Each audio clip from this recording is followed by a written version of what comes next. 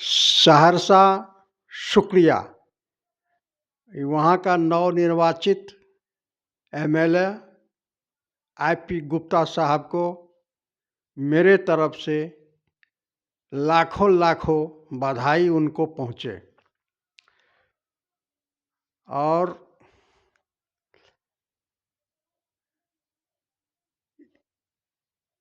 सांप्रदायिकता को सहरसा में छाती पर चढ़ करके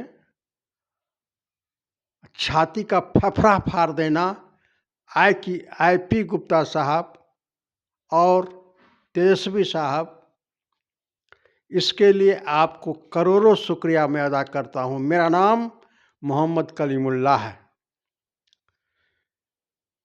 हमारे सहरसा डिस्ट्रिक्ट शांतिपूर्ण, अमन चैन और बाबा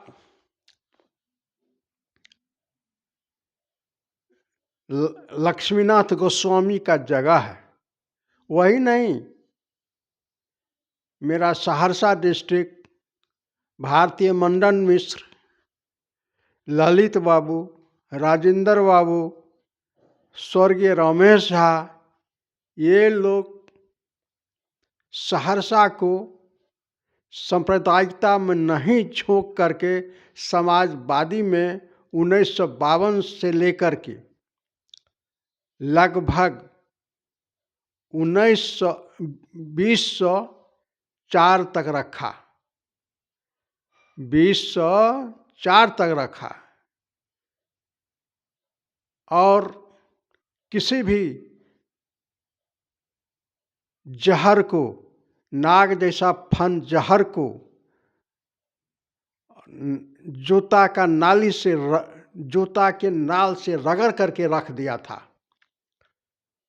और सहरसा वासी को, और इस चीज के लिए वे पूरा स्वतंत्र और खुशी मनाते रहते थे कि हम समाजवादी जगह पर है, हम धर्मनिरपेक्षता की जगह पर है, हम सेकुलरिज्म की जगह पर है। लेकिन आदरणीय गुप्ता साहब और तेजस्वी बाबू, कुछ गुंडों ने वहाँ घुस करके सबसे पहले सहरसा विधानसभा निर्वाचन क्षेत्र को कब्जा कर लिया। सबसे पहले वहाँ संजीव कुमार झा जीते थे सांप्रदायिक पार्टी से, भारत बेचो पार्टी से, खूनी पार्टी से। उसके बाद कुछ दिन तक समाजवादी वहाँ रहा, अरुण बाबू रहा और सब रहे। उसके बाद ये आलोक रंजन, कौन है आलोक रंजन? क्या इसका देश में, इसका आलोक रंजन का क्या देन है सहरसा में? आलोक रंजन किस खेत का मूली है कि सहरसा के लिए कुछ किया? आज जो भी कुछ किया है सहरसा के लिए, ललित बाबू किए, रमेश झा किए, राजेंद्र मिश्रा जी किए। ये बेवकूफ़ कहाँ से आ गया पनप करके बीजेपी का झंडा उठा करके, और जीत भी गया और मिनिस्टर भी बन गया। भारत जलाओ पार्टी से, जो हिंदुस्तान के कोने कोने में ये आग लगाता है, और उस सहरसा को ये लोग अशांति करता था, अशांति करने में फिराक में रहता था। आज हमारे पवित्र जगह सहरसा में ललित बाबू, भारतीय मंडन मिश्र, बाबा लक्ष्मीनाथ गोस्वामी के जगह पर, इतनी खूबसूरत जगह पर, इतनी पवित्र जगह पर, इतनी अमन चैन की जगह पर ये आलोक रंजन जा बेवकूफ गधा आपको देश का जहर बोने वाला योगी नाथ को बुलाया और भाषण दिलवाया सहरसा में। जो कत्ले आम करवाया गुजरात में नरेंद्र मोदी, उसको बुला करके सहरसा में भाषण करवाया, सिर्फ अपना सुख के लिए, अपनी बाल बच्चा को सुख के लिए, अपना उपज के लिए, अपना अमीर बनने के लिए। आज 50 करोड़ का संपत्ति उसका है, 10 साल के अंदर में कहाँ से लाया, 5 साल के अंदर में। इसको आलोक रंजन झा को जवाब देना चाहिए।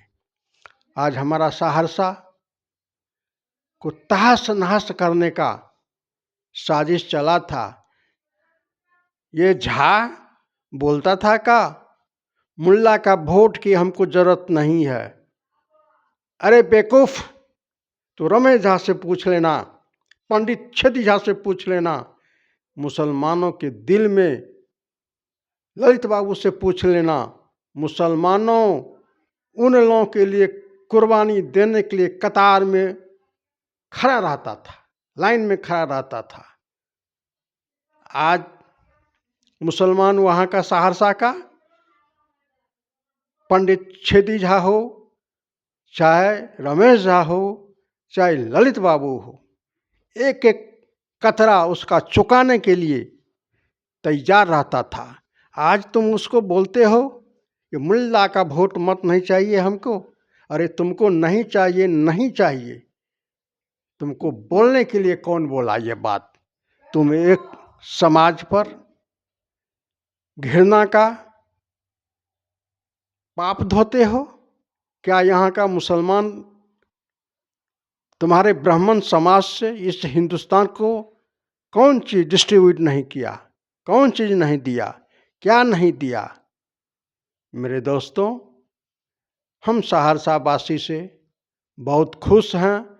खास करके आईपी गुप्ता साहब,